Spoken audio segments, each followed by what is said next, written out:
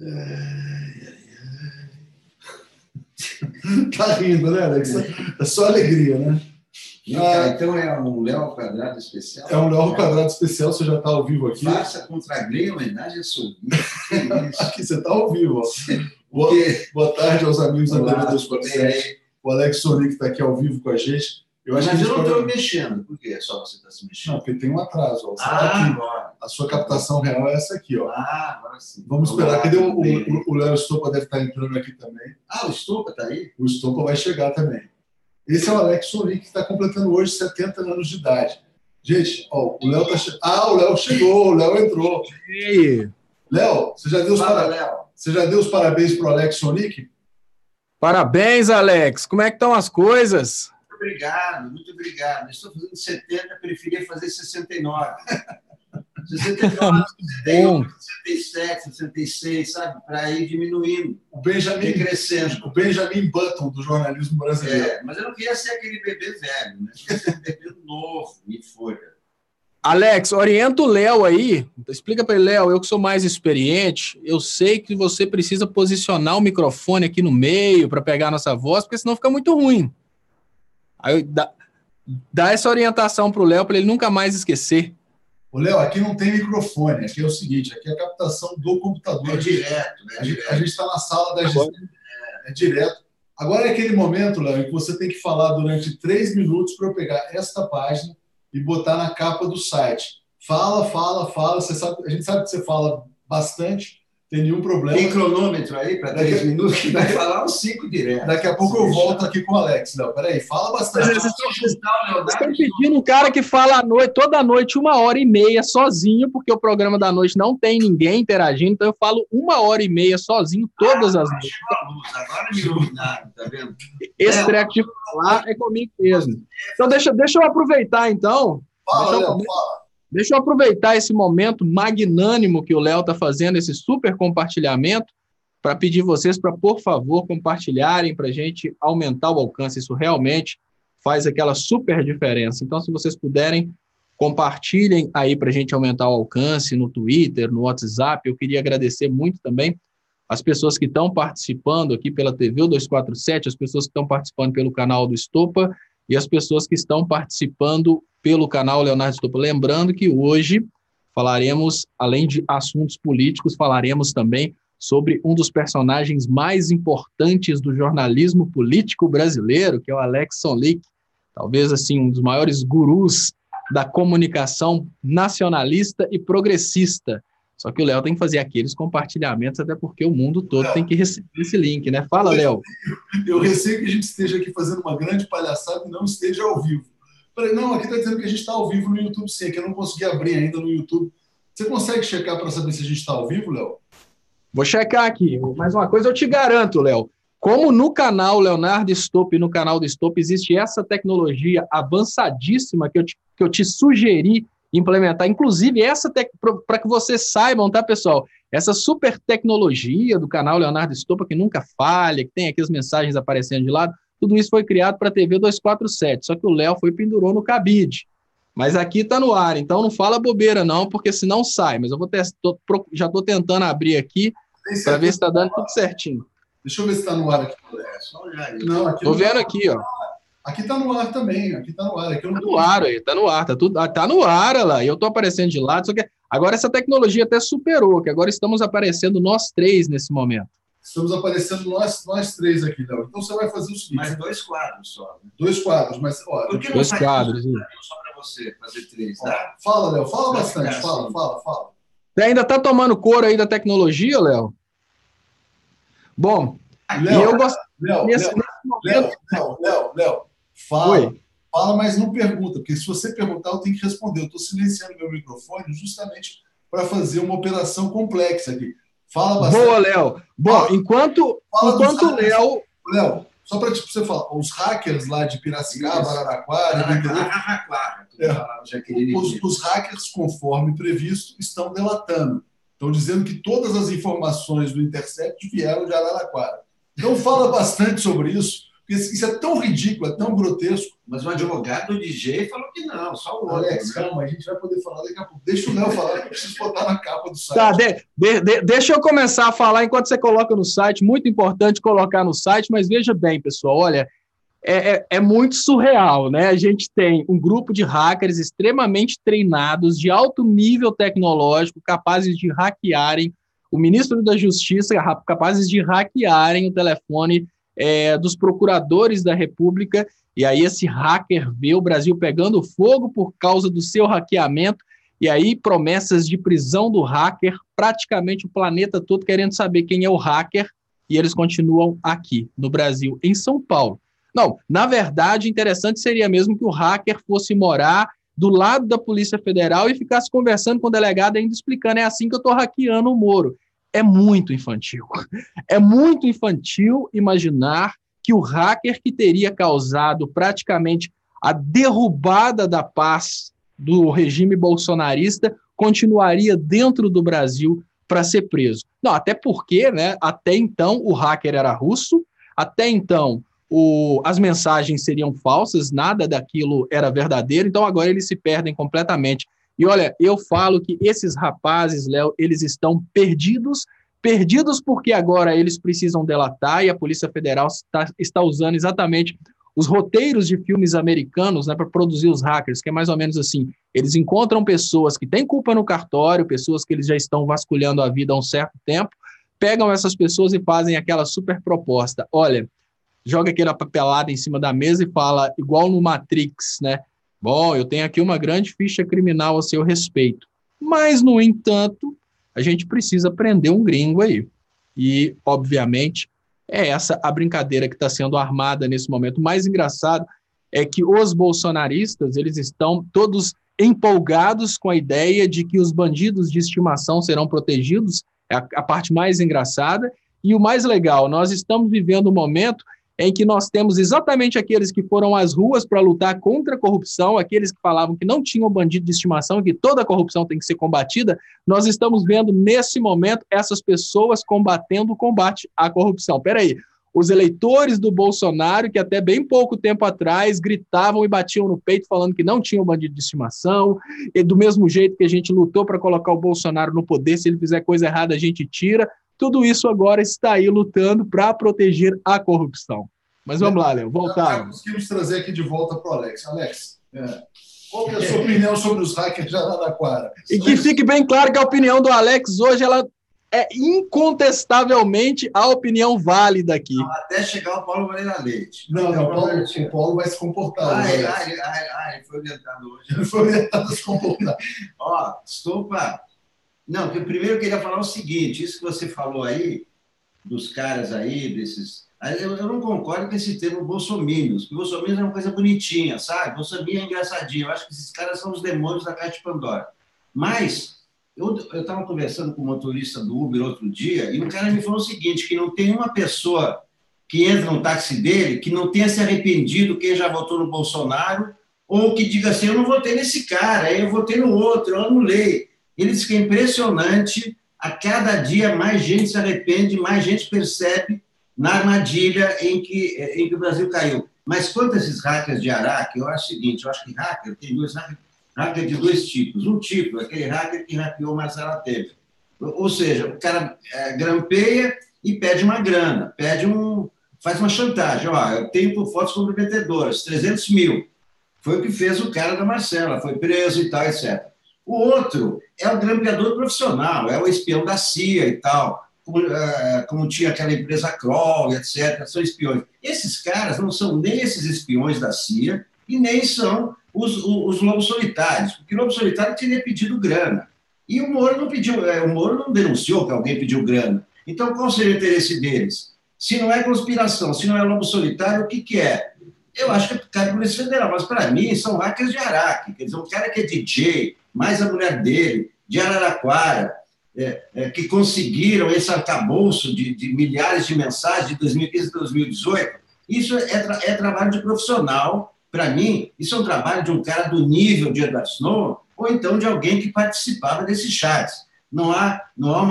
Agora, o advogado do DJ está dizendo que o DJ diz que não tem nada a ver, que ele não sabe do que se trata, que ele viu essas mensagens no celular do outro, de um outro amigo dele. Então, as notícias ainda são muito desencontradas sobre o que eles vão fazer a respeito desses atos. Para mim, não tem nenhum perfil, nem de conspiração, nem de lobo solitário. Ô, Léo, antes que você continue aqui, vou só agradecer a Cleonice. Sabemos que estamos aqui ao vivo agora. Estamos aqui ao vivo. Parabéns, Alex. Saúde e paz sempre, diz a Cleonice. Parabéns, sou o Nick Lula, Pátria Livre, diz a Júnia Lage. Antes de você continuar, você quer falar um pouco sobre os hackers ou podemos fazer homenagem ao Alex antes aqui? O que você acha, Léo? Léo, nós vamos fazer homenagem ao Alex hoje é o programa todo, né? Não é uma homenagem pontual, não. A homenagem ao Alex tinha que ter começado com o programa às 0 hora, que eu não entendi por que você não fez. Você está um chefe muito cruel. Estou tomando pau da técnica aqui, Léo, mas vamos começar aqui, ó. Vamos lá. Bom, isso aqui, Léo, esse menino que você está vendo aqui, de 11 anos de idade... Não, 12, olha lá, está escrito aqui, ó. Alexandre Solive, 12 anos de idade, aluno da primeira série ginasial. Desejava entrevistar o Relia, o conhecido palhaço da televisão e do cinema, aqueceu. Que palavra difícil, diz o texto, ao nosso pedido. E Alexandre teve a oportunidade de bater um longo papo. O Alex, que está completando 70 anos hoje, no dia 24 de julho, Léo, ele nasceu no dia 247, né? Então, ele é autenticamente 247. Ele completa hoje 70 anos. Nasceu em 1949. Só veio a se naturalizar brasileiro em 1971, no ano em que eu nasci. Mas aos 12 anos de idade, ainda como ucraniano, ele demonstrava grande talento para a atividade jornalística e realizava o sonho dele de entrevistar o palhaço Arrelia. Então, olha aqui a pose do repórter Alex Sonic entrevistando o palhaço, isso sai numa revista. Léo, o que você tem a falar sobre essa entrevista aqui do Alex com o palhaço? Olha, é muito legal. Você sabe, Léo, que uma coisa que a gente precisa admitir, e é uma coisa que a gente precisa parabenizar o Alex e parabenizar todos que conseguem fazer isso. Poucos são aqueles, normalmente o sonho que os pais têm para os filhos é um sonho bem diferente daquele sonho que as pessoas têm. E poucos são aqueles que conseguem, ter essa iniciativa tão cedo e mais, conseguir levar esse sonho para toda a vida, igual o Alex está, desde a primeira entrevista até hoje, trabalhando exatamente com aquilo que ele ama. E quando uma pessoa, né, nesse sentido, ela consegue realmente se dedicar a ela e não aquilo que os outros falam que é uma coisa boa, você deve fazer isso por isso, deve fazer isso por aquilo. A pessoa se torna extremamente produtiva para a sociedade, extremamente produtiva para ela e para a família dela. É o que diferencia, Léo, uma pessoa que faz um trabalho maravilhoso como o Alex, que faz um trabalho porque ama, porque gosta, para uma pessoa que simplesmente se transforma num profissional enlatado, que é um problema sério, por exemplo, no Poder Judiciário, no Ministério Público. As crianças não têm opção de escolher o que querem, como são filhos, normalmente, de milionários, eles são conduzidos, você vai estudar isso, vai passar nesse concurso, e muitos deles se tornam profissionais frustrados e viram Dallagnóis, viram Sérgio Moro, porque o que acontece é que eles são conduzidos nessa direção. O Alex, ele soube não apenas iniciar os 12 anos com aquilo que ele gosta, com aquilo que ele ama, como ele soube brigar para continuar fazendo o que ele ama. Isso é fantástico, com certeza. O Alex está aqui emocionado, está aos prantos já no programa. Não, ainda não. O Pedro Lula Cândido está dizendo, é emocionante, também conheci o palhaço Arrelia. Alex, responda aqui para todo mundo. Você foi feliz ou é feliz como jornalista? A atividade jornalística te realiza, vamos dizer assim, como pessoa? Não, é o seguinte, eu não sou nada sem o jornalismo. Eu sou jornalista, como você vê, com 12 anos. Desde que eu aprendi a escrever português, não parei mais de escrever. Eu cheguei aqui com 9 anos, com 10, 11 anos, eu escrevia poesia, umas poesias horrorosas, né? Tudo rimadinho e tal, baseado nas letras de música daquele tempo, dos boleros, samba canção. Então, eu mais ou menos copiava aquilo e fiz um caderninho. Aí levei o caderninho para o Guilherme de Almeida, que era o maior poeta brasileiro, o príncipe dos poetas. Eu levei o caderninho para o Guilherme de Almeida para ele avaliar. E ele deu nota para cada poesia e tal, etc. Eu era pequenininho também. Então, eu procurava essas coisas, não sei porquê também. Eu ia em programa de rádio, eu ia participar, tinha um programa de rádio na Rádio Bandeirantes chamado Você Escolhe a Música. E aí você mandava assim, a relação de música que você gosta e que era sorteado, ia lá no programa explicar por que escolheu tal música. E eu fui, era o Enzo de Almeida Passos, aí eu escolhi Ray Charles, tudo música de adulto, né? Eu era um piquebucho, o cara falou, mas por que você escolheu essas músicas, você é pequenininho e tal? Então, eu ia, sabe onde eu ia? No programa Silvio Santos. Eu ia assistir ao programa Silvio Santos na Rádio Nacional, na Rua das Palmeiras, sozinho. Eu procurava essas coisas e eu lia muita revista. Então, não é que eu escolhi a profissão me escolheu. Eu fui indo, entendeu? O Alex sempre foi um comunicador nato, Léo, nasceu para ser comunicador. Vou ler aqui, vou ler antes o comentário aqui do Eduardo desejando feliz aniversário, a Marisete dizendo que adora o seu canal, a TV Sonic, Alex. E o Tadeu Mouzinho dizendo, gente, sempre falo aqui, se o povo não for para as ruas, eles reverterão as coisas. A esquerda é mestre em perder o timing, esqueçam, já é ditadura. Só que com uma nova roupa. Não dá para ser pacifista mais. Deixa eu mostrar mais um dado da biografia do Alex Sonic, Léo, antes de te devolver. Rapidamente aqui, vamos voltar aqui para o compartilhamento de tela. E estamos aqui, então, com a carteira profissional do Alex Sonic. Ele é do tempo em que havia carteira de trabalho, Léo, no Brasil. Uma data aqui. Qual que é a data? 10 de março de 77, meu primeiro emprego. Seu primeiro emprego?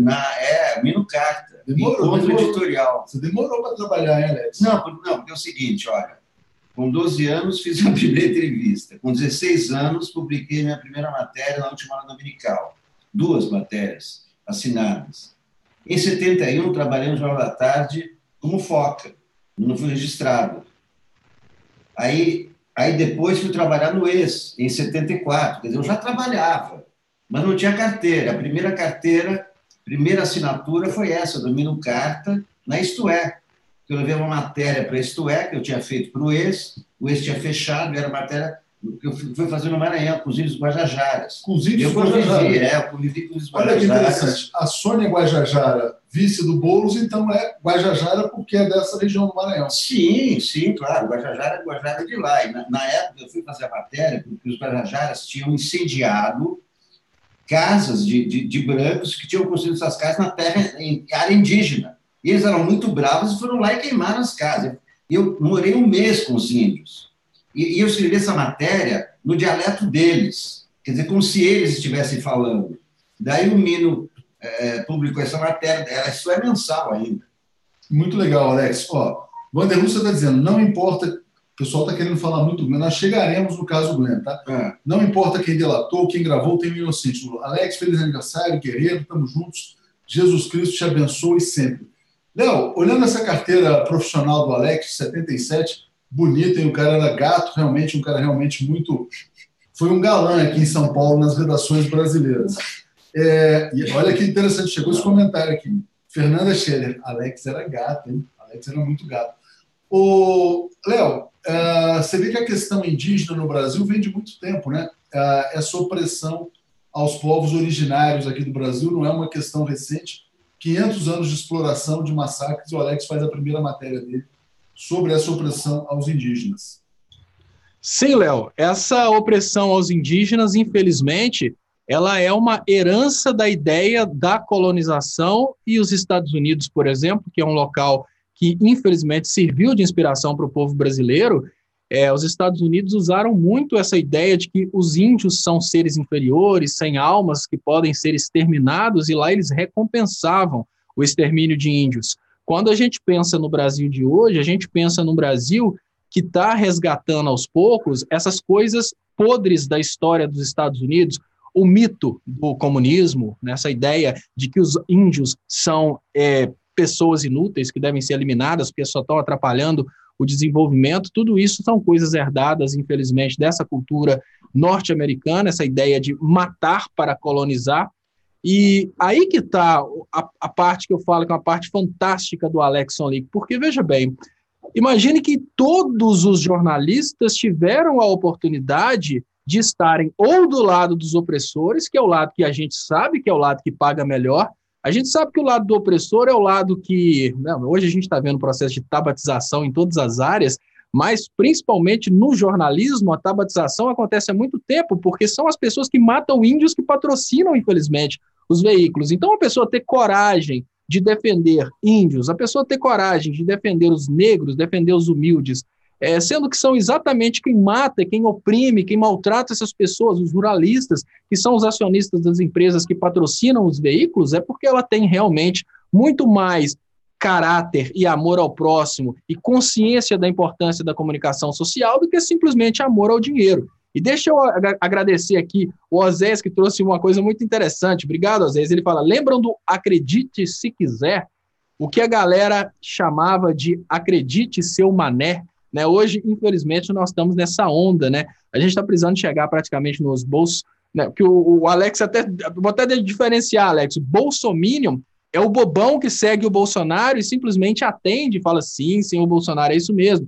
É o bobão que acredita na Terra plana, que acredita que a Damares encontrou com Jesus no pé de goiaba. Esse é o bolsominion. Agora, lá no governo Bolsonaro, existem, obviamente, pessoas perversas, bem articuladas, que sabem muito bem como usar uma inteligência para o mal. Então, tem o bolsominion, o bobão que, infelizmente, não ganha nada com a ideia de estar apoiando o Bolsonaro e continua apoiando o Bolsonaro. Léo, tem muitos elogios aqui ao Alex. A Beta Oliver está dizendo, Alex tem o charme inesgotável da mente lúcida e inteligente. Adoro o canal Sou Nick. Silene, parabéns, Alex, querido. Maria José, Alex é gato até hoje. Tem estilo. Porra, como é que se faz para ser gato aos 70, Alex? Qual é a sua receita? Como ser gato aos 70 anos de idade?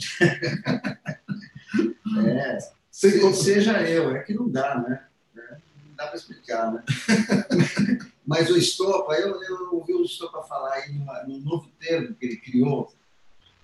Você criou um novo termo, é a tabatização. Tabatização, é. Olha, eu acho que é o seguinte, uma das grandes questões durante a ditadura militar era a questão das terras, envolvendo o latifúndio e, portanto, envolvendo os índios. E os padres que protegiam os índios e que eram muito perseguidos pela ditadura militar. Havia muita violência no campo, né? Em 1974, eu fui fazer uma entrevista com Dom Pedro Casaldáliga, que era um desses religiosos incríveis, né? Que moravam lá naquela região, protegendo os índios e as populações pobres, atacadas pelo latifúndio, né? Porque essa era um dos grandes motivos da violência durante a ditadura militar, a violência no campo, né? Então, são regimes autoritários que pressionam essas populações para ficar com as terras deles. Nas terras de indígenas tem muita mineração, né? As terras brasileiras são muito ricas, é por isso que o Bolsonaro quer matar os índios, para pegar as terras deles. É como fizeram os colonizadores. Olha que interessante, desculpa o enquadramento aqui, às vezes dá alguns erros, olha como a história se repete. A ditadura militar do passado, defendendo ruralistas, garimpo, explorando o trabalhador rural, explorando o indígena, e o Alex já estava cobrindo isso lá. A nova ditadura, que é a ditadura Bolsonaro, também falando que vai legalizar o garimpo, é o Brasil voltando ao passado. É a mesma história, e o Alex falando, porra, eu já vi esse filme. O duro de envelhecer é isso, né, Alex? Não. É a experiência. Né? Mas é pior, porque não tinha esse elemento religioso na ditadura militar. A ditadura militar não tentou atacar o Estado laico, não tentou desmontar o Estado. Não, a ditadura manteve a estrutura do Estado. A maioria dos ministros era civil durante a ditadura militar. Não tinha esses generais todos no governo, como nós estamos vendo. É muito diferente do que aconteceu. E não tinha, principalmente, o apoio, não tinha apoio popular à ditadura militar. Nenhum ditador falou, vamos para as ruas me apoiar. Não, tinham vergonha. As pessoas que gostavam dos militares tinham vergonha disso. Agora não, as pessoas não têm vergonha, as pessoas vão para a rua para apoiar esse estado de coisas, né? E isso começou a acontecer a partir de 2013. Né? Ou seja, Léo, não tinha o componente do fanatismo religioso do qual você tanto fala. Vou ler o comentário do Márcio Coutinho, dizendo aqui, ó, parabéns, Alex, muita saúde, paz, amor e democracia. E também da Lita dizendo, Alex, além de cérebro, tem muito estilo, vida longa ao Alex Sou Nick, né?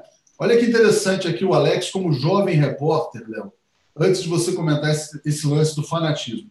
Eu vou chutar aqui, Alex, acho que quem está do seu lado aqui é o Hélio Campos Melo, não é isso? Exatamente. Então, o Hélio Campos Melo aqui como fotógrafo. Exatamente. Eu fazia dupla com ele na Isto É. Era como uma dupla de, tipo assim, aquelas duplas Cartier-Bresson. Não, a gente saía, porque eu não sei como é que é hoje nas redações, mas antigamente a gente sempre saía o repórter e o fotógrafo, né? E aqui é Vila Euclides, 1980. 1980, olha que interessante. Exatamente, isso aí é Vila Euclides, depois ou antes, quando nós chegamos e tal, para cobrir aquelas assembleias do Lula, etc. Né? Léo, o Hélio Campos Melo aqui, sentado em posição de yoga, aqui, de reflexão, grande fotógrafo, depois foi diretor de redação da revista Isto É, né? E o Alex Soulic, cabeludão, era o repórter que ia cobrir o início da vida sindical no Brasil. Passo para você, Léo, para você ver que esse cara tem história realmente. O Alex Soulic viveu muita coisa interessante. Então, tem esse paralelo das duas ditaduras, a de hoje e a do passado, sendo que a de hoje não tem o componente fanatismo religioso, e estava lá o Alex no surgimento do sindicato. Fala aí, Léo. Sim, Léo, o importante da presença do Alex hoje, no meio de toda essa confusão, é exatamente isso. Ele traz essa carga, né, de onde viemos para onde vamos. As pessoas imaginam, né, os jovens, infelizmente, eles imaginam que eles sabem absolutamente tudo a respeito da história do Brasil, do drama passado pelos brasileiros, e realmente esse componente do fanatismo religioso que não existia na ditadura anterior é o que trouxe a possibilidade da ditadura de agora, porque a ditadura de agora ela não tem a contestação pública. Naquele momento existia a ditadura, mas existia um anseio público de liberdade, de democracia. Hoje é o contrário.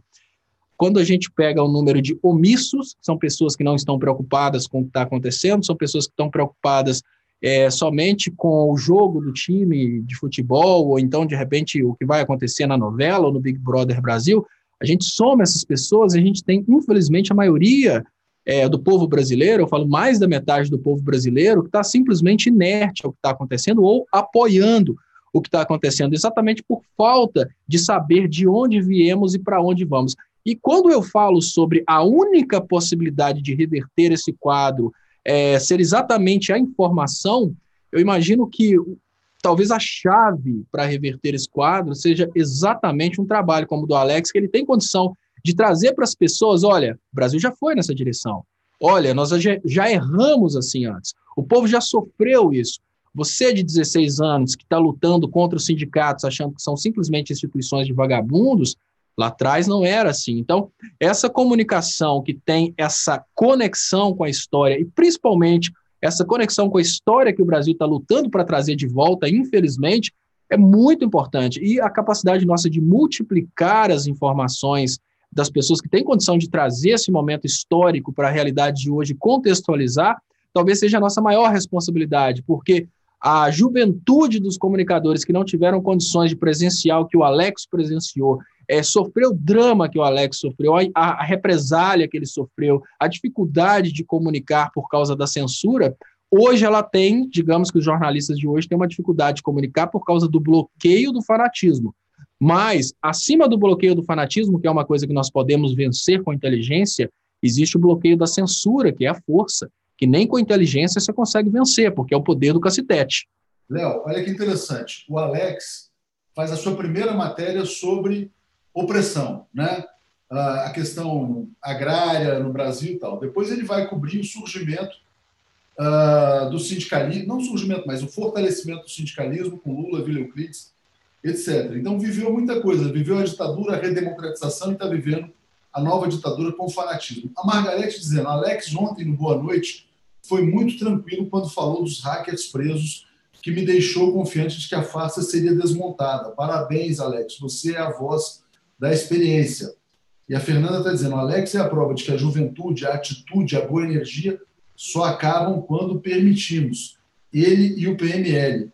Viva, Alex! Eu queria que você falasse um pouco mais, Alex, você agora, sobre essa questão do que você viu, né? Você, por exemplo, o Alex viu a opressão, viu a ditadura, foi preso, absolutamente de uma maneira totalmente arbitrária, preso para averiguar. Pegaram em casa e deixaram 2 meses preso, né? Não tinha o que explicar, né? Os caras foram lá de metralhadora na minha casa, tocaram a campainha, deram lá um H com a minha mãe, né? Eu morava com a minha mãe, inventaram uma história e tal, e foram dando soco, porrada, me levaram preso 45 dias, né? Fiquei no DOI-CODE, sendo que logo de cara eles sabiam que não tinha nada a ver, eu não era nunca... E você sem saber o motivo, né? Não, sem saber o motivo, porque eu não pertencia a nenhum grupo. Claro que eu era contra o governo, todo estudante era contra o governo, inclusive você é a favor da ditadura. Mas eu não era guerrilheiro, não era de nenhum grupo, nem nem de luta armada, nem de luta desarmada. Simplesmente, a irmã de um amigo meu é que era uma guerrilheira. Eles seguiram um amigo meu foi em casa, e isso para ele já foi motivo para chegar na minha casa, batendo em mim com metralhadora, minha mãe desmaiando. Imagina a cena, né? Chegam os caras na tua casa, eu fui sequestrado, claro, todos eram sequestrados. Né? Entra aqui na viatura, entrei naquela viatura, encapuçado. Né? E já tinha esse papo de delação na época, Alex? Não era assim, tipo assim, não, entrega alguém que você sabe. Não, claro, não, evidentemente, não. A delação, claro. As duas coisas que eles queriam saber logo que você é preso é quem você conhece para você delatar. Só que eu não conhecia ninguém. Eu realmente não conhecia. Eu me lembro até que quem me levou para a cela foi o Brilhante Ustra, o tal, porque ele era o chefe do ECOD. Ele levava as pessoas para a cela. Aí eu falei para ele, primeira pessoa com que eu falei, porque eu até então não conseguia falar com ninguém. Eu disse, olha, vocês estão cometendo engano. Eu sou estudante, não sou guerrilheiro, não sou de nenhum grupo, etc. E ele falou para mim, não, você é assim. Você é o hippie da AP. O hippie da AP? Você é o hippie da AP e nós vamos provar. O Brilhante Ustra. O Brilhante Ustra, me levou para a cela. Olha o perigo. O maior torturador da história do Brasil interroga o Alex, trata ele como, né, vamos dizer assim, subversivo. O Alex poderia ter sido assassinado pela ditadura e já queriam que ele delatasse. É a mesma mecânica de hoje, né? Vou ler aqui o comentário da Dora Cruz, mandando um grande superchat. Muito obrigado, Dora. Parabéns pelo seu dia, Alex. Deus te cubra de bênçãos, de paz, saúde e felicidades, hoje e sempre. Te admiro muito. Léo, olha o absurdo, né, cara? O cara vai preso 45 dias sem nenhuma motivação. Você é o hippie da AP, como se o Alex fosse o hacker, né? Você é o hacker. Entrega o intercept, porque você é o hacker. E se não entregar o hacker, toma porrada. Passou lá 45 dias. Não, mas olha, eu nem fui interrogado. Isso foi uma conversa, entendeu? Ele estava me levando para a cela e eu disse, olha, e tal, porque o tempo todo eu fiquei... Onde está a câmera, esse verdinho aí? O verdinho. Eu fiquei encapuçado o tempo todo, não podia falar com ninguém. Os caras me levavam para ir no banheiro, aí passavam a perna para eu tropeçar, davam um soco em mim. Você entendeu? Eu ficava sentado ali, os caras sentavam dois do meu lado, e dando soco. Só, né? Olha então, para era um clima. Sabe Castelo de Terror? Castelo Você imagina o filme de terror? Do episódio era aquilo. Eu não acreditava. Você só acredita quando você vê que tenha pessoas fazendo aquele papel. Claro que aqueles torturadores, quando chegavam em casa, eram bonzinhos, você entendeu? Eles faziam aquele papel de loucos, de animais lá dentro. Claro, chegava em casa, tinha filhinha, eles almoçavam e tal. Mas lá dentro, as cenas que eu vi, sendo que eu não fui torturado, não fui, porque eles só torturavam quem tinha informações a dar, eu não tinha informação nenhuma. A Lena perguntando, Alex, você é do hippie do quê? O hippie da AP, Ação Popular, que era uma organização daquele momento. Ação Popular. Marina Francisco mandando um superchat, para você sentir o nível de violência que havia naquela época. E hoje, Léo, os filhos do Bolsonaro usam camisa do Brilhante Ustra dizendo Ustra vive.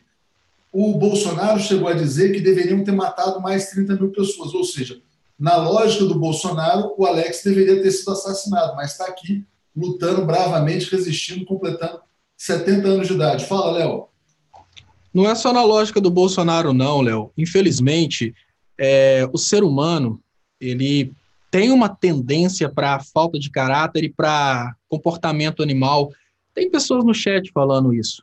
Por quê? Porque determinadas pessoas imaginam que se uma pessoa pensa um pouco diferente dela, é melhor simplesmente eliminar aquela pessoa. E o que o Bolsonaro faz é muito estratégico. O Bolsonaro tenta criar todo um trabalho de desconstrução do ato heróico de luta pela democracia. Por quê? Porque ele quer reverter isso. Quando você fala sobre essa questão de prender, julgar na cadeia e pronto, é exatamente o que a Operação Lava Jato fez. Olha, você fala que o Brilhante Ustra foi um dos maiores torturadores, sim, do governo militar, mas me explica o que é pegar uma pessoa, tirar a pessoa do convívio familiar e jogar numa cadeia e manter na cadeia por 2 anos, forçando a pessoa a fazer uma delação. Isso para mim é tortura. Porque se você pega uma pessoa, coloca a pessoa dentro da cadeia, ela está, obviamente, sofrendo um tipo de dor que pode não ser a mesma dor física de um choque elétrico, pode não ser a mesma dor física de um ferro quente ou de pancadaria, mas é uma dor física da falta da liberdade, condições bem precárias em relação à condição que a pessoa tinha antes.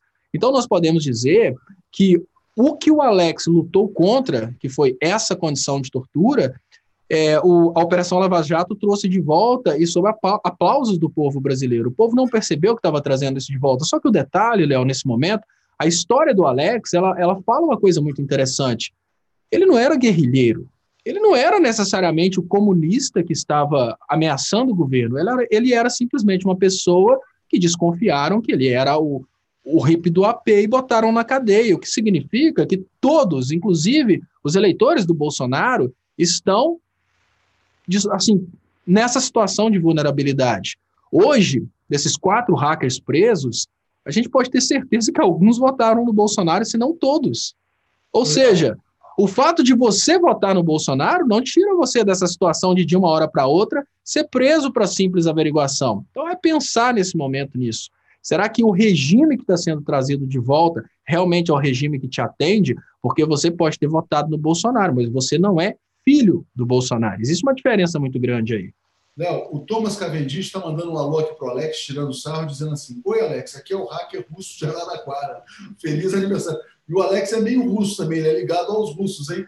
Cuidado que o Alex é perigoso, ele pode ser a conexão russa dos hackers. Eu não só sou russo, como sou amigo de russo. Não, agora, você é ucraniano. Quem deixou, mas era tudo a mesma coisa. Era soviético. Você era soviético, pois então, quem tornou a Araraquara famosa, né, foi a Jaqueline Mirna, você lembra? Não. Do seu tempo? Não é do meu tempo. A Jaqueline Mirna foi uma das atrizes mais lindas e incríveis da televisão brasileira, do cinema, filme do Walter Cucuri, As Amantes. Vejam, vocês vão ver a lindeza, atriz, né, premiadíssima como atriz e maravilhosa e linda.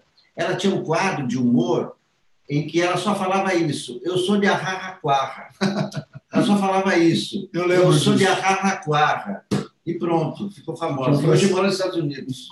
Alguém com minha amiga no Facebook. Jamais saberia falar Araraquara. Deixa eu ler um superchat aqui da Almeri dizendo: Romena. Parabéns, Alex. Vocês fazem a diferença nas nossas vidas neste que é um dos momentos mais tristes da nossa história. Também concordo que o Brasil vive um dos piores momentos da sua história. Alex, o que é isso aqui? Alex Sonic e Paulo Caruso no Bar Brasil, na Nova República. O que estava acontecendo ali? O que o Paulo Caruso estava aprontando e por que Alex Sonic e Paulo Caruso no Bar Brasil? Isso foi o seguinte: em 1991, Tássio de Castro, fundador do Pasquim, criou em São Paulo uma revista chamada Careta, uma reedição da revista dos anos 30, revista de humor chamada Careta, aqui na Editora 3, está lá para debaixo. Eu e o Paulo já fazíamos história em quadrinhos para a revista Status, paródias, sátiras políticas, para a revista Status. Que era maravilhosa a revista Status. Status, claro, Gilberto Mansur. Grande jornalista. Grande revista, maravilhosa, grandes reportagens, grandes matérias, grandes mulheres. Então o Tássio viu aquilo e falou para a gente criar uma página de humor para ele, para Careta. E a gente estava exatamente num boteco da Lapa de Baixo, daqueles sujinhos lá, e o Tássio tomando vodka às 11 da manhã. Entendeu? A gente não, a gente tomava mais tarde. Ele começava às 11 da manhã e ele disse: cria uma página de humor para mim. Então, na hora, nós criamos. O Paulo falou assim: vamos fazer uma página chamada Bar Brasil, né? Vai ser um boteco. Aí eu disse: é um boteco. O dono do boteco é o presidente. Os ministros são os garçons. E os fregueses são a oposição. Então, vai ser um do lado do Brasil, que começou na ditadura, foi antes do Sarney, começou com o Figueiredo aí. Aqui é Sarney, Sayad, o ACM, esse aqui é o ministro da Fazenda, o FUNAR. A FUNAR. Esse aqui quem é? Almir Pazianotto. Almir Pazianotto, o ministro do Trabalho. Quando começou, era o Figueiredo ainda. Tá vendo? O Alex Sonic tem história na imprensa brasileira. Então, peraí, não era 90, era 81. Isso aqui era uma ditadura. Isso era 82, 83, 84. Era por aí. Não, Sarney 85, mas quando a gente começou, era o Figueiredo ainda. Exatamente. Então, era 81 na ditadura, era o Figueiredo dono do bar e a oposição frequentava o bar. E o que é isso aqui, Alex? Capa da manchete: Amor de Bandido. Então. As confissões de Osmani e sua paixão por Marisa. Você entrevistou o Osmani? Isso foi uma série que eu fiz para a Manchete com Osmani Ramos. Né? Ele estava preso? Sim, continua até hoje. Não vai sair nunca. E naquele momento era possível entrevistar presos? Sempre, claro, sempre foi possível.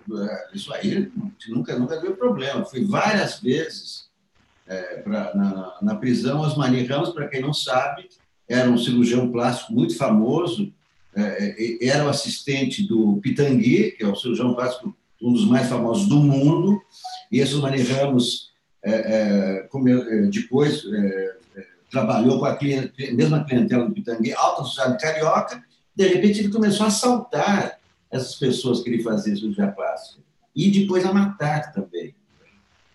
Léo, olha que interessante. O Alex Sonic, então, entrevistou um criminoso perigosíssimo, né? Concedeu a entrevista na revista Manchete, e a gente relembra agora o drama que foi para sair a entrevista do Lula, porque o Lula não podia falar.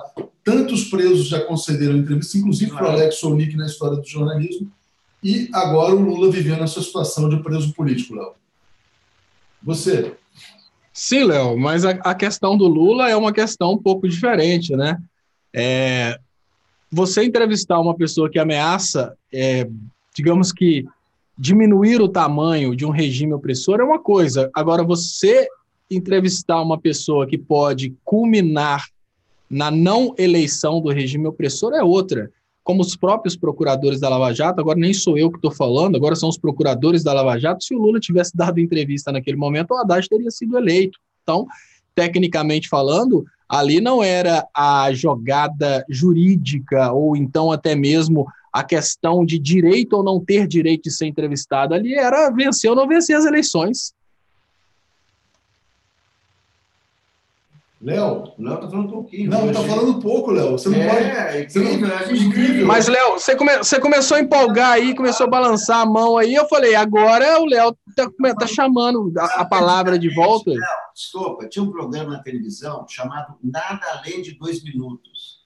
Era um programa apresentado por um médico chamado Paulo Roberto. E ele só tinha 2 minutos para cada assunto. E tinha um relógio. Quando bateu os 2 minutos, o convidado ia embora. Aqui, eu institui isso, nada além de 2 minutos. Não, o Léo... Mas, Alex, dá para fazer um programa desse tamanho, mas dá para fazer com um minuto grande, né? O Léo, eu costumava ter uma telepatia com o Sonic, com o Estopa, e o Estopa sabia exatamente o tempo que ele tinha que falar até eu voltar. Porque eu tinha que resolver outras coisas, tomar providências. Sabe que isso é normal com pessoas que têm o mesmo nome, né? Então, como vocês são homônimos, somos homônimos, somos assim. Tinha uma pesquisa feita lá na Ucrânia, no meu tempo, que dizia isso. E nós somos irmãos espirituais também, então tem toda essa afinidade espiritual telepática. Só que eu acho que a gente está meio destrenado, aí o Léo para de falar, ainda não... Você não está preparado. Eu não estou preparado. O script não está pronto. O script não está pronto, não tem ponto eletrônico e tal. O Marcelo Martins está dizendo, Sonic, aspas, acabou a democracia. Frase dita pelo Fernando Haddad, hein? Não concordo. Então, a gente vai falar muito sobre isso. Acabou a democracia. A democracia tem 3 pilares. A imprensa livre, o Congresso e o Poder Judiciário. Enquanto estiver esses 3 pilares funcionando, não acaba a democracia. Não, mas tudo bem, eles estão sequestrados, peraí. Não, ele tenta acabar com a democracia. Mas o Congresso foi parte do golpe, a imprensa foi parte do golpe e o Judiciário foi parte do golpe. O Congresso está resistindo a Bolsonaro. Eu estou falando de um tempo agora. Peraí, o Rodrigo Maia está fazendo uma clara oposição ao Bolsonaro. Eu não vou falar do passado. Hoje, o Rodrigo Maia faz oposição ao Bolsonaro, o STF é o bastião contra o Bolsonaro e a imprensa livre também, todo dia critica o Bolsonaro. Enquanto esses 3 elementos estiverem de pé, tem a democracia. É claro que a democracia brasileira não é a mesma de como era no tempo da Nova República, porque temos um presidente autoritário que quer levar tudo para esse lado, ele e os aliados dele, mas está havendo resistência da imprensa, de toda a imprensa, do Congresso e do Poder Judiciário. Léo, isso eu não concordo com a Haddad, mas ele tem todo o direito. Eu sei que a gente não pode discordar do Alex hoje, porque o Alex está completando 70 anos, saiu dos 69 hoje, completou 70, exatamente no dia 24 de julho. Mas então, para não dizer... Sabe que eu sofria com esse número, claro, quando eu cheguei ao Brasil. Agora nem tanto, mas quando eu cheguei ao Brasil, na de 24... Era difícil. Era difícil nascer no dia 24, né? Era bobeira. Queria ser nascer no 24. Era bullying, né? Direto. Nossa. João, mas olha, o Alex se tirou de letra esse negócio, viu? Eu tenho certeza disso. João, você não sabe, eu não vou contar as passagens mais emocionantes. Tá bom, depois não. Mas, Léo, dá para defender a posição do Alex e dá para defender a posição do Alex mantendo a posição do Haddad. Não é impossível. Então, defenda, Léo. Defenda. O Léo, o que o Alex fala é extremamente perfeito. Porque, veja bem, a gente não teve o Bolsonaro dissolvendo o Congresso, A gente ainda, tudo bem, talvez aconteça nesse momento, a gente ainda não teve uma, digamos que uma ação direta de obstrução do direito de imprensa. Tanto é que nós estamos aqui exercendo o nosso direito de crítica. O que acontece na prática, e sobre o aspecto técnico trazido pelo Alex, é perfeito. Nós estamos vivendo um momento de democracia. Nós temos as instituições, as três funções do poder, tecnicamente falando, harmônicas. Nós temos uma liberdade de imprensa e nós temos um presidente que foi, entre aspas, eleito pelo povo. Só que o Fernando Haddad traz é um ponto um pouco diferente. Olha, a partir do momento em que o poder financeiro consegue comprar a imprensa, o poder judiciário, o Congresso e o presidente, a gente não tem aquele modelo antigo de fim da democracia, de ditadura, que é um modelo de ditadura baseado na ideia de que o ditador gritava: acabou o Congresso, imprensa não fala, senão leva pancada, se o juiz fizer qualquer coisa contra mim, deixa de ser juiz. A gente não tem isso da forma como a gente tinha antes, mas a gente tem de uma outra forma. Se o juiz não julgar conforme o poder financeiro, ele não vai ter palestra. Olha, se o ministro do STF não entrar dentro da onda, o livro dele não vai ser publicado porque a editora é do mesmo cara que está querendo privatizar a água brasileira. Olha, se o presidente da República não fizer esse espetáculo, Trump tira a proteção dele e ele cai no Brasil. Ou seja, no final das contas, a gente tem um poder só, a gente tem um monarca, que é o poder financeiro. O povo já não é mais dono das instituições, o que significa que o povo não controla mais o deputado, porque não interessa. O deputado pode fazer errado, que depois o voto vai de qualquer maneira, vai ser comprado, assim como o presidente, assim como os ministros. A gente tem uma democracia formal, mas na prática a gente tem uma pós-democracia, onde os poderes se submetem ao capital. O João Vitor manda um superchat, o Alex quer fazer um comentário antes da gente entrar nessas imagens aqui. Olha aqui, o João Vitor está dizendo: achei o registro da prisão do Alex, qual e-mail posso enviar? Manda no contato @brasil247.com.br. O registro do DOPS. Informação histórica. Maria Leone está dizendo: parabéns, Alex. Leonino Guerreiro. Você é de Leão, né? Sou. Meu leãozinho. O Alex tinha uma juba. Gosto muito de você. Gosto muito de você, Leãozinho, tá bom? O Leãozinho, vem cá. Aqui é a família do Alex. Alex, Doris Guice. Seus dois filhos, é isso? Como se chama? Os filhos mais novos. Daniel e Débora. Daniel, Débora, parabéns, Daniel, Débora, pelo grande Alex Churi. Essa é a sua vida, Doris Guice. Aqui. Você tem outros filhos? É o seu segundo casamento. Você tem quantos casamentos, Alex? Dois? Não, porque eu entrevistei o Chico Anísio e ele me deu um livro assim, Como Segurar Seu Casamento, que ele escreveu depois do 6º casamento. Né? Ele teve 9. Eu achava que eram 6. Não sei se foi ele ou Vinícius, né? Um dos dois bateu recorde. Nós vamos casar. Nós vamos falar tanto de casamento que eles separaram para casar de novo. Marcelo está dizendo: Alex é o cara. Né? A Ana Maria dizendo: Alex, pessoa de muito charme, seu programa é muito cinema. O Alex realmente é um personagem, viu, Léo? E o Alex sempre foi um mito, assim, na minha mente. Porra, Alex Sonic e tal. Quando eu fiquei amigo dele no Facebook, pô, Alex Sonic é meu amigo. Acabou o mito. Aí acabou o mito. Aí tem isso que não era nada. Aqui, ó. Como o Bolsonaro. Esse é o verdadeiro mito, Léo. Ecos do Ipiranga. O que é a revista Ecos do Ipiranga? Não, é um livro meu com o Paulo Caruso, com as histórias da Status. Histórias e quadrinhos da Status. Que era assim... o Lula governador, né? Lembro que ele perdeu a eleição para governador, mas para nós a gente fazia o inverso. Olha aqui, tem Lula, tem Delfim, tem Maluf, tem Aureliano, tem tantos personagens. Aqui tem a história do Lula, como é que seria o Lula governador, sabe? Fulano charuto e tal, mandando nos milionários, todos são subalternos dele. E essa capa na Interview, Maluco 40 graus, quando é? A Interview, isso aí é só para ilustrar, né? Que eu fiz várias entrevistas na Interview, durante um período, né, 91 a 94, eu acho, por aí. E essa é uma delas, né? Foi uma revista incrível, Interview brasileira, né? Dirigida aqui pelo Michel Kohlreuter, e o editor, Cláudio Schleger, nosso vizinho aqui no prédio. Nosso vizinho aqui de baixo. Vamos chamar. Ele tem uma editora, e-book, um cara maravilhoso. Ele foi o criador, o dono da Interview brasileira, onde eu fiz mais de 100 entrevistas. Era uma revista que saía na banca e vendia. A Interview realmente marcou a história, Léo. Você é muito jovem, você não conheceu a Interview, mas era uma revista focada em entrevistas, né? Interview, só entrevista. Não, tinha também grandes reportagens policiais. Valério Maino, lembra? Grande repórter do Cruzeiro. Isso. Então, tinha grandes Léo, reportagens policiais. Mas dá um Ctrl mais aí para a tela ficar maior, Léo, para ver se faz uma experiência. Dá um Ctrl mais e vê se a tela fica maior. Eu tenho medo de dar problema e o teclado está um pouco afastado. Deixa eu só agradecer a Marina Francisco, que chegou como membro do canal. E o pessoal aqui, ó, Elizabeth, eu adorava a entrevista. As pessoas amavam essa entrevista. E o Alex tinha uma qualidade, ele entrevistava as pessoas como só ele sabia entrevistar. Né? Ele embebedava os entrevistados, ele tirava intimidades. Os entrevistados falavam coisas para o Alex que eles só falavam para o Alex. Teve um caso que é engraçado. O Luiz Antônio Medeiros era o metalúrgico da hora, naquela época. Né? O cara era o Lula da época. Nada a ver com o Lula, estou fazendo uma comparação. Aí um dia eu cheguei para ele e falei, Medeiros, pô, eu não estou entendendo.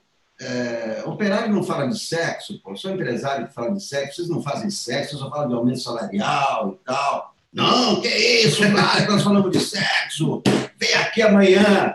Aí eu fui lá, e olha, ninguém bebeu, era 10 da manhã, nessa ninguém bebeu. Eu posso contar outras em que teve bebida. Mas nessa ninguém bebeu, aí o Medeiros falando de sexo, na Rússia, né, com as russas e tal, e não sei o quê, e etc. Bom, saiu a entrevista, ele ligou para mim, porra, olha o que você fez, Alex. Falei, como que eu fiz? A minha mulher me deixou, minha mulher leu a entrevista e me deixou, estou abandonado, estou aqui sozinho. Eu falei, não, Medeiros, você vai arrumar uma outra melhor. E, de fato, não deu outra. Ele encontrou uma muito melhor, milionária, linda, rica, e que amava o Medeiros. Não é assim que se fala. Não. Alex, você tem que ser politicamente correto nos dias atuais. Como é que foi a entrevista com a Malu Mader? Não. É o seguinte, eu não fazia... A capa não era a entrevista. A capa era um ensaio fotográfico com as atrizes da Globo. Sempre. Então, por exemplo, a Patrícia Pilar, que está aqui... Também, era só a capa, exatamente. Só a foto da capa e um texto elogiando como ela é maravilhosa, como ela é incrível. Isso não foi você que fez? Então. Não. Eu era a tropa de choque, entendeu? Ferreira Neto, José Miller, Jardim Passarinho, esses caras que eu fazia. Então você não entrevistou nem a Patrícia Pilar, nem a Malu Mader? Não. Entrevistei outras mulheres e tal, claro. Não é que eu não entrevistava mulher. Entrevistei a mulher do João Figueiredo, por exemplo, por telefone e tal. Mas depois, quando a interview passou a ter uma sessão chamada Sexy, aí que começaram as entrevistas com as mulheres. Aí eu era escalado sempre para fazer as entrevistas mais picantes e tal, e daí fiquei conhecendo minha mulher, etc, mas isso não interessa. Isso não interessa. Depois você participou da criação da Revista Brasileira. Não participei da criação. Foi criada pelo Hélio Campos Melo e a sua mulher, Patrícia Rousseau. O Hélio Campos Melo que está aqui com você. Exatamente. Hélio Campos Melo estava aqui. Fotógrafo, criou a Revista Brasileira. Ele me chamou depois, em 2009 eu cheguei lá. Ele tinha criado um ano antes e tal. E essa entrevista eu quero chamar a atenção pelo seguinte, essa reportagem eu fiz em 2012, prevendo o que ia acontecer a partir de 2013, que é a direita se organizando com o Instituto Millennium, com o Instituto Mises, com esses blogs em Direita Brasil. Eu entrevistei todos eles e vi o que eles estavam fazendo e falei, eles não têm mais vergonha. Até então, a direita tinha vergonha de dizer que é direita. E aí eu vi o que eles estavam armando e o que acabou acontecendo agora com a eleição do Bolsonaro. Foi essa matéria de 2012. Léo, olha que interessante, hein? Olha que interessante isso.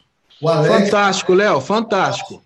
Fantástico. Aqui é a gênese desses movimentos Students for Liberty. Camiseta, eles usaram a mesma tática do PT. Camiseta, chaveirinhos. Só que, em vez de ter a camiseta do Lula, é tirando o sarro do Che Guevara, chaveirinho tirando o sarro do Che Guevara, e fazendo a cabeça dos jovens. Por isso que, na minha época, jovem era de esquerda.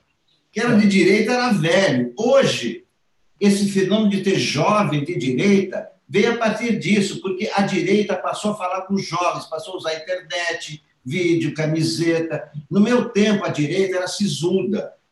A direita não falava com os jovens, a direita tinha vergonha de ser direita. Com esse trabalho, que não começou em 2012, o que eu constatei em 2012 é que esse trabalho tinha começado em 2005.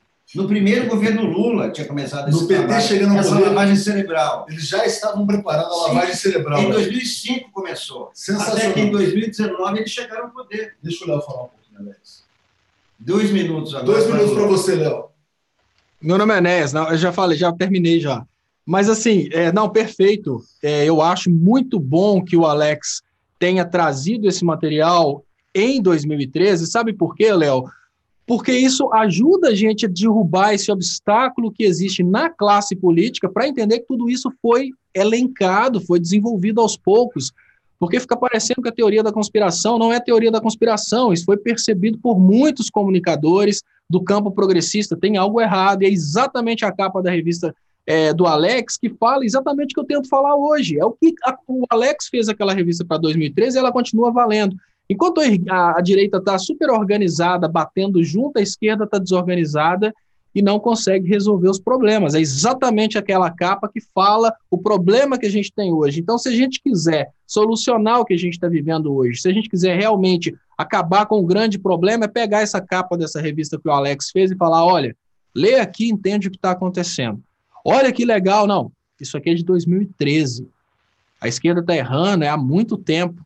Isso já foi percebido por jornalistas importantes da história da comunicação progressista brasileira. Muito bom. Parabéns, Alex. 2012 foi até antes do que você tinha colocado. Agora, o Alex, Léo, além de jornalista, ele sempre também foi muito interessado pelas artes, pela cultura. É um cara extremamente culto, ilustrado e apaixonado pelo Vinícius de Moraes. Do que se trata esse Sem Vinícius Sem aqui, Alex? São os amigos do Vinícius contando histórias que eles viveram com ele. Amigos, ex-mulheres, namoradas e tal, né? Isso foi... Você que fez isso? Fui eu. É um livro? É um livro. Aí eu entrevistei Ferreira Goulart, Toquinho, o Baden Powell já tinha morrido, a última mulher dele, a Nana Caymmi, a Miúcha, enfim, e as histórias incríveis da convivência, não do que eles ouviram falar dele, mas sim do dia a dia, Carlinhos Lira, né, os parceiros dele e tal. Você quis ser poeta, Alex? Não é que ou você é poeta? Não, eu estou te falando, eu sempre escrevi, entendeu? Eu me trancava muito, eu era uma criança muito solitária, porque meus pais trabalhavam, meus pais vieram aqui sem o Tostão, trabalhavam de mascate na rua, os dois, entendeu? Eu ficava sozinho em casa, então eu tinha que arrumar alguma coisa para sair daquele mundo solitário. O que eu fazia? Escrevia. Então, eu te falei, com 10 anos eu escrevia poesia, letras de canções, não sei o quê. E sempre escrevi. Na minha prisão, todo dia eu fiz uma poesia. Por quê? Também não tinha o que fazer. Então, como é que eu me sentia mais livre? Fazendo uma poesia. Olha que interessante, Léo. Não tinha papel, eu tinha que decorar. Porque a primeira coisa que eu pedi para o carcereiro, quando foi liberada a visita quer dizer a pessoa te trazer alguma coisa, não é que você vai ver a pessoa. Mas quando foi liberada a visita, o cara perguntou, carcereiro, o que você quer que traga de casa? Eu falei, papel e caneta. Ele falou, você está brincando. Você acha que pode papel e caneta? Mas não podia papel e caneta? Não, qualquer coisa menos isso. Papel e caneta, isso. Não. Papel e caneta não subversivos. Não, porque você podia se comunicar com os outros presos. Entendi.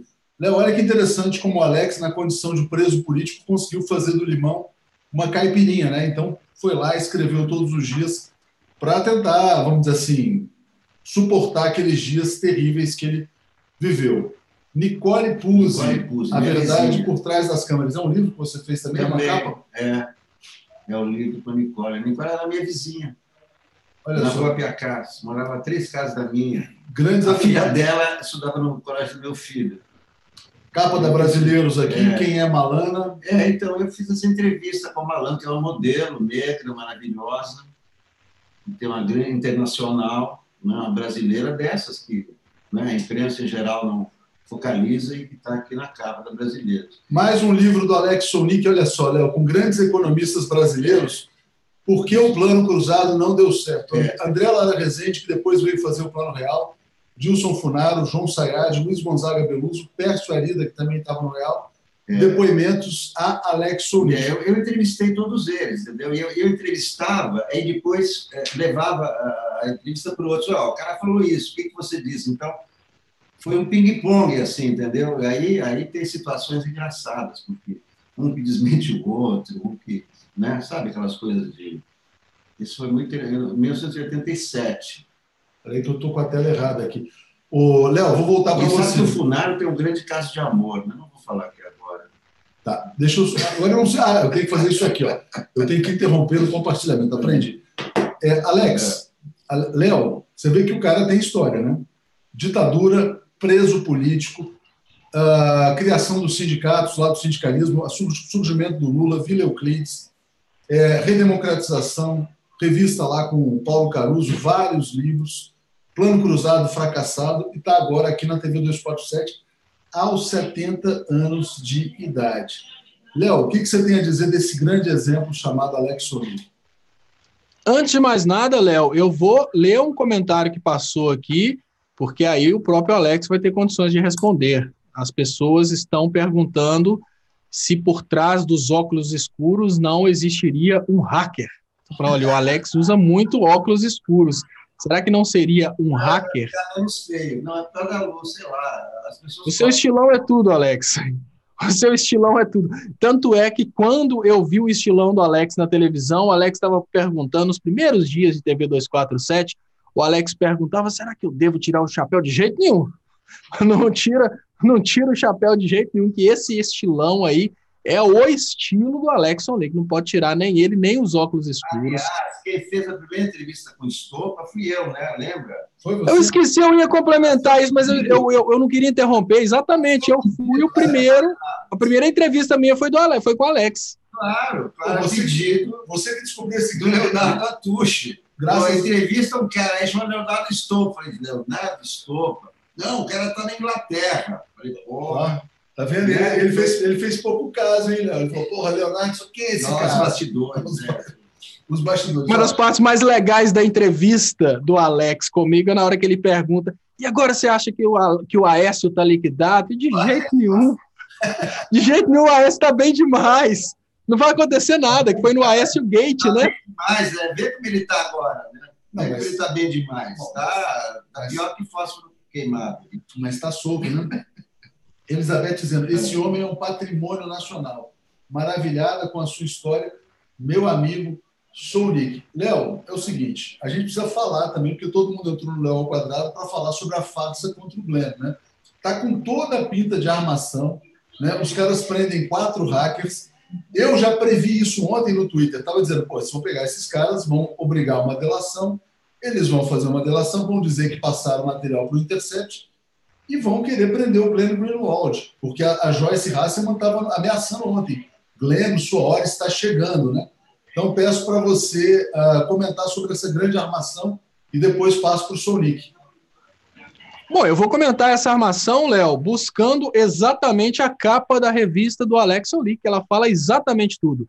No momento que veio essa grande bomba, veio a grande oportunidade para a esquerda se unir, se organizar, espalhar para o Brasil inteiro sobre os vazamentos, sobre a manipulação do processo eleitoral e principalmente sobre a Lava Jato como instrumento de destruição da democracia brasileira. Nós tivemos cada parte da esquerda preocupada em focar num ponto diferente. Então, a esquerda abriu talvez 30 frentes de batalha diferentes, com diferentes argumentos, diferentes pautas, e aí deu tempo da direita se reorganizar, criar narrativas que foram obviamente testadas, e a narrativa que mais deu certo na base de apoio do Bolsonaro vai ser a narrativa usada nesse momento. Eu imagino que agora os hackers serão obrigados a dizerem que realmente alteraram as mensagens. Quando eles disserem que alteraram as mensagens, eles já tiram a responsabilidade do STF de julgar a suspeição do Moro. E olha, o STF está louco para não julgar a suspeição do Moro, porque isso é a maior batata quente da história do judiciário brasileiro. Suspeição do Moro é admitir que as eleições foram fraudadas. Da mesma forma, o Ministério Público Federal não quer perder a reputação, porque se o Ministério Público Federal admite as falcatruas do Dallagnol e dos demais procuradores, ele obviamente vai bater de frente com o poder financeiro e também perde a reputação como instituição. Esses hackers são, sem dúvidas, a salvação de tudo isso. Para aqueles que acreditam que as mensagens são falsas, o vazamento de que a mensagem foi falsa, né, o depoimento de que as mensagens foram falsas, está aí resolvido. Para calar a boca do Glenn, agora existe a chantagem. Lógico, existe um risco ponderado nisso. prenderam um jornalista que é conhecido internacionalmente. Então, eu acho que agora o poder que está nas mãos o poder que está nas mãos da Lava Jato é o poder de negociação. Olha, Glenn, vamos deixar tudo como está, nós já arrumamos uma forma aqui de te prender, se for preciso. Então, agora a gente já tem todos os elementos aí para transformar o caso do hacker em um caso igual ao do Adélio. As pessoas pensam, nossa, mas é tudo tão evidente, impossível que vão simplesmente esquecer tudo. Esqueceram o caso do Adélio. Vão esquecer o caso da Vaza Jato, infelizmente. Agora, para que o Glenn não seja preso, os áudios, obviamente, não vão ser mais divulgados, né? O que eu imagino para essa brincadeira. Exatamente. Léo, Gesilda Lima dizendo, boa noite de Moscou, estou amando conhecer a obra do Sounik. Benedito Bernal, não é possível que os partidos de esquerda não tenham poder intelectual e jurídico para desmontar essa farsa e solidarizar-se com Glenn. Alex, comenta essa farsa aí e vamos partir para o nosso encerramento. O que você achou dessa operação spoofing que eles estão dizendo? Não, é o seguinte, como eu já falei, esses caras foram presos, não têm nenhum perfil de hacker, de nada. Agora, eu acho muito difícil arrumar alguém para prender o Glenn. Porque mesmo que esses caras confessem alguma coisa, qual é o crime do Glenn? Ele está protegido pela liberdade de expressão. Mesmo que esses hackers, que eu não acredito, tenham a ver com o Intercept, eu não acredito nisso. Mas ainda que forcem para que tenha alguma relação... Qual é o crime? Eles vão dizer o quê? Que o Glenn comprou aquilo? O crime seria se o Glenn tivesse participado do grampo. Mas ele não hackeou. Ele publicou material hackeado. E já há ministros do STF, como Gilmar Mendes, como Marco Aurélio, que dizem que não tem problema, mesmo que tenha sido obtido de hacker, as mensagens valem. E vários ministros já reconheceram a veracidade das mensagens, como o Luiz Roberto Barroso, por exemplo. Ele disse que realmente teve aquela reunião secreta, mas que não era secreta. Então, sem falar nos áudios, né, Alex? Pois é, sem falar nos áudios, sem falar no Moro pedindo desculpas ao MBL. Quer dizer, eu acho que não vai ser tão fácil assim engambelar a população quanto a isso. E prender o Glenn, eu acho impossível. Impossível. Só se eles acusarem o Glenn de participar do hackeamento. Fora isso, como jornalista, se ele for preso, a Constituição foi rasgada. Léo, eu tenho que encerrar o programa agora, infelizmente, porque daqui a pouco a gente vai começar a gravar 6h30 o programa com o Mercadante, que é sobre a crise da democracia brasileira. Eu vou encerrar, Alex, com um comentário do Ed Munhoz dizendo: se hoje vemos longe, é porque estamos nos ombros de gigantes. Parabéns para o senhor Alex Sounik. Alex, parabéns. Muito obrigado. 70 anos de idade, fica aqui nossa homenagem. Palavras finais para você, Alex. Não, eu quero agradecer esse cara aqui, o Leonardo da Cruz, que criou esse 247 em homenagem ao meu aniversário. Lógico, não é lógico. homenagem ao meu aniversário, mas foi um número bem escolhido, 247.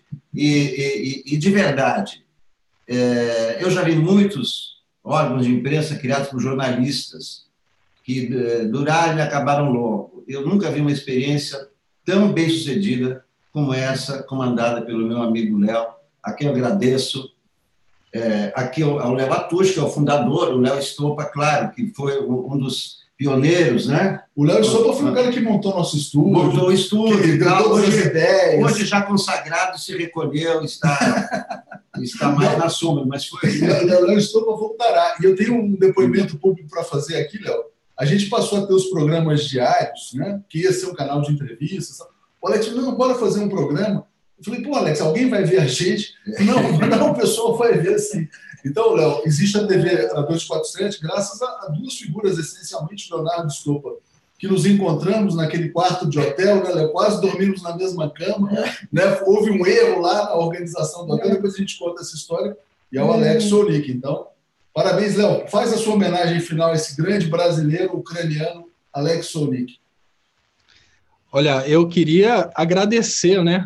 O que a gente pode fazer nesse momento é agradecer ao Alex por ser uma referência de jornalismo sério, progressista. Muito obrigado por fazer esse trabalho que inspira, com certeza, muitas pessoas no Brasil. Eu imagino que quem assiste a TV 247 e consegue ver o seu trabalho, um trabalho que vem dentro dessa coerência há muito tempo, com certeza sonha se tornar um comunicador desse nível. E nesse momento eu queria dizer que eu descobri uma coisa aqui, Alex. Eu acho que você nasceu no dia 24/7, porque quando você soma 2, 4 mais 7 e tal na numerologia, dá 13.